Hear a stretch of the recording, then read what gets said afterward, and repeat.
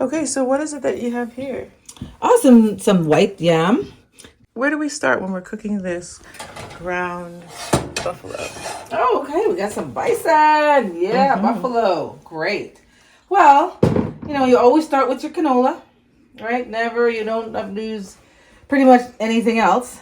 For lots of reasons why. The buffalo, we're going to put it straight in the pan. There's another one. We're going to have two of them, but this is just one for now. Why is it iodized? Yes, tell us why. Yeah, because the 1-2-3 ratio. It's really important to know that what's the 1-2-3 ratio. So that's the science part that is important to come and learn. I can't give you all the things, but I can give you some of the ideas of the reason why. Medium high kind of thing? No, I don't have to be too high. I think I just put it on to get it going quicker. But okay. Yeah, we just want to saute it down. So you can do a blanch on the potatoes, right? Potatoes. So you put them in hot water for at least about a minute, but I'll probably put it in my maybe a little bit longer or so. And give them a little bit of a stir around.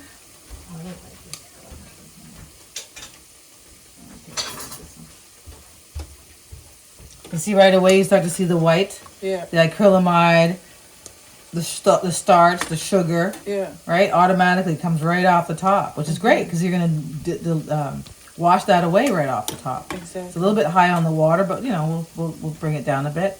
But we're not cooking it in this. We're just getting rid of the acrylamide and the starch and the sugars and the molybdenum and palladium and any other constituents that shouldn't be here.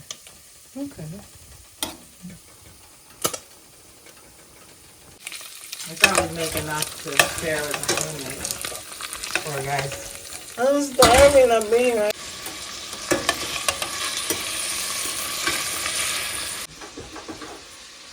Just so happened to this water right here. You said you're gonna keep this water for your plant? The water that I just took out from the. Nice. That's a good amount of buffalo. How much was the package that you bought? So what, are you taking the seeds out? Yeah, we do not eat seeds in the plantain.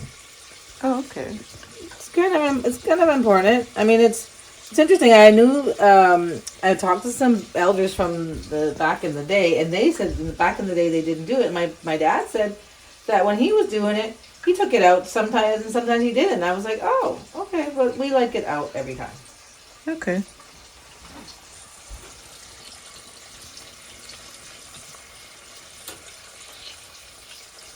Every single one. Okay. I have to make some seasoning. So when you add in here the green gold seasoning, connected seasoning. Yeah, look at it. So nice oils. Beautiful. Now we're gonna put a little bit more than normal, I guess, just to kind of give it a bit of an extra flavor. And we didn't put a lot of salt in it, but we're gonna cook it again anyway. So I'm gonna leave kind of a little bit. We have a lot more than I normally would put. I guess like 2 packages of bison. So this is just like 1 package, so it's a little bit, yeah.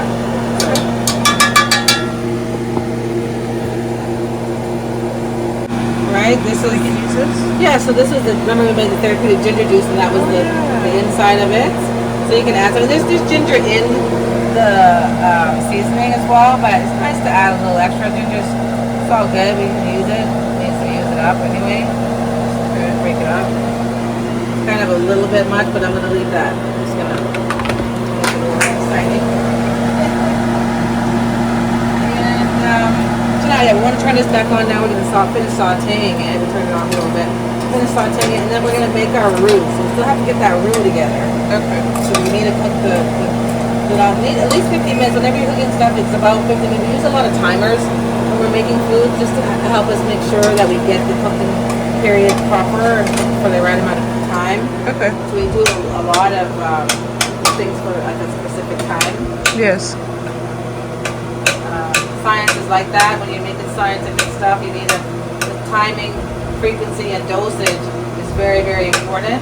So even when you're cooking scientifically, you want to have the right. I mean, when you were in cooking class, it was the same thing. You had a timer and you cooked it for a certain amount of time and different things. And the kind of got away from that. People kind of eyeball it or just, I think it's good. But, we're gonna maximize to get the maximum value, right? The nutrients. We're looking for nutrients here. We know why we eat, and we know what the nutrients we want to eat, right? What we want on a regular basis. And so we're gonna do our best to have them available to us. So, we don't fry a lot, but once in a while you make some fries with some nice canola oil, you're good, right? But you keep an eye on that, usually. I might boil it or something like that, as opposed to cooking it. I might boil it.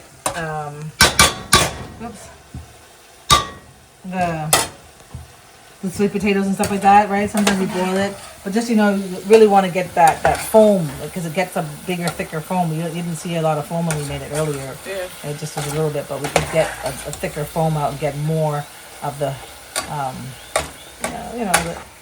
we call it toxins or disturbances. Okay. Call them because they're gonna give you a disturbance when they're inside of you. So right. you're trying to take the disturbances and the dysfunction in food, the booby traps. We call them. Food has a lot of booby traps. Yes. So we want to do that. We want to take the booby traps and get booby traps out of the food before we consume it. Okay. Yeah, nice. Fabulous. Okay, so let's get the plantain going in here now. And I be like that. Oh, that's good. That's good. They had to re-perfect and double perfect their inventions a lot of times to get it to perfection. Mm-hmm. And that's kind of what, what happened with just to create symptometry was like that, right? For a lot of years prior to 2009 when it all came together, especially the school and things like that. But he'd been trial and error, and not only just only himself, but the community. Just puts the rest of the plantain. Community together and getting successes, but also there's always some failures too, right? It takes a minute to kind of get the whole thing swinging. So, inventions is a key, and we believe there's going to be now 10,000 more years of science in this field before we might discover the next level. So right now we're at the cellular level. We're in quantum physics. Right, it's where the naked eye can't see. You need special microscopes to really see what's going on, because at the molecular level, we could see some things are happening, but it wasn't very successful. We weren't as successful at curing diseases and fixing problems in health, right? It took a while for us to. Excuse me 1 second. Whoa. Okay, we're good. Whoa, okay. So we haven't got the roux yet. Where's the roux? That's what we need. Oh, yes. Let's get the roux for that. Stop. What's that? So you're saying we only kind of figured out how to cure diseases once we got down to the cellular level? No. Oh. Close. Okay. We learned, we mapped the genome. That was I don't know how many years ago it was. I forgot the year that we mapped the genome. But the whole world came together and put that together, was able to map the genome, so we know what we're made of. Okay. Right? And once we were able to know what we're made of, then we now know that's what we're going to be eating. And so that's very important. But how do we get because food is a double-edged sword, how do we get the constituents, the problems out of the food? And that was how symptometry has been able to create. Okay.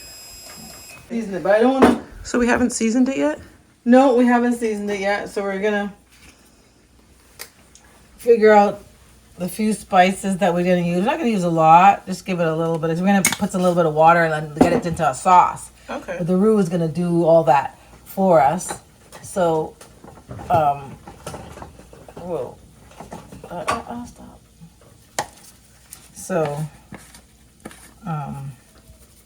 yeah, I don't put a lot of seasoning. Just a tip of things to kind of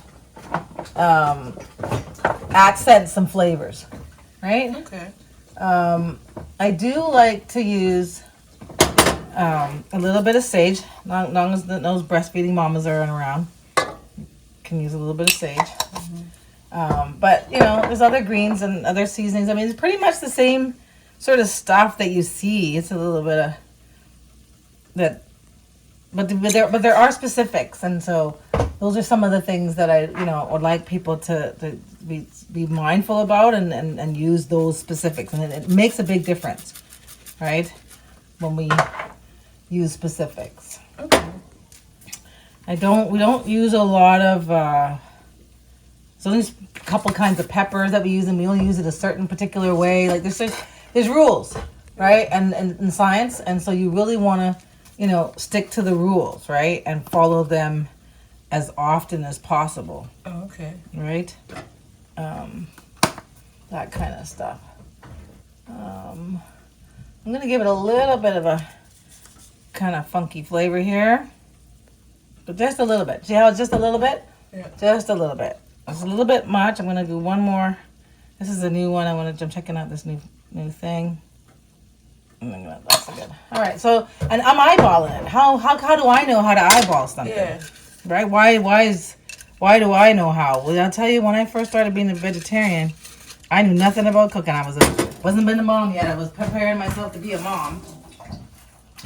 And so doing that, I learned the flavors of food, of the different spices, and kind of putting it together and learning how to for it to work together as a synergy, right? And it took a bit. It took quite a bit.